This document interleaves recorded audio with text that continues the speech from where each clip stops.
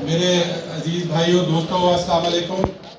آج بڑی خوشی ہے یہاں پر آ کر اٹک سے ہم آج آغاز کر رہے ہیں جو ٹائیگر فورس پلانٹیشن ڈے کا. اور یہ جو پرائم منسٹر عمران خان صاحب کا ویژن ہے کہ ہم نے 10 ارب درخت لگانے ہیں انشاءاللہ پاکستان کے اندر, اس کے تحت آج یہ ٹائیگر فورس جو کہ عمران خان صاحب کے کال پر کال بنائی گئی تھی کووڈ کے زمانے میں, اس کو خان صاحب نے کال کیا ہے کہ پورے پاکستان میں وہ ٹائیگر فورس کے جو ہمارے جالے ہیں وہ یہ درخت لگائیں گے. اور اللہ کے فضل سے جو اس کا ٹارگٹ ہم نے رکھا ہے وہ پاکستان کی تاریخ کا سب سے بڑا ایک دن کا ٹارگٹ ہے. 35 لاکھ انشاءاللہ درخت آج پاکستان میں لگائے جائیں گے. اور یہ خیبر سے لے کے کراچی تک تمام صوبوں میں تمام ڈسٹرکٹس میں یہ آج آپ کو ایکٹیویٹی نظر آئے گی.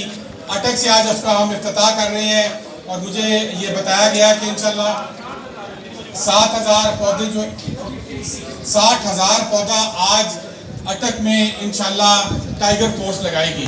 تو ٹائیگر فورس کے لیے بہت تالیاں.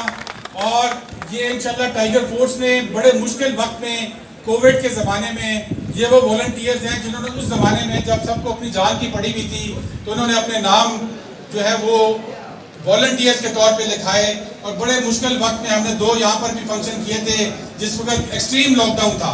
اس وقت بھی ٹائیگر فورس کے ہمارے نوجوان سڑکوں پہ تھے, دکانوں پہ تھے, ان کو بند کروانے کے لیے مدد کرتے تھے, اسپتالوں کے اندر ان کی ایڈمنسٹریشن کی مدد کرتے تھے.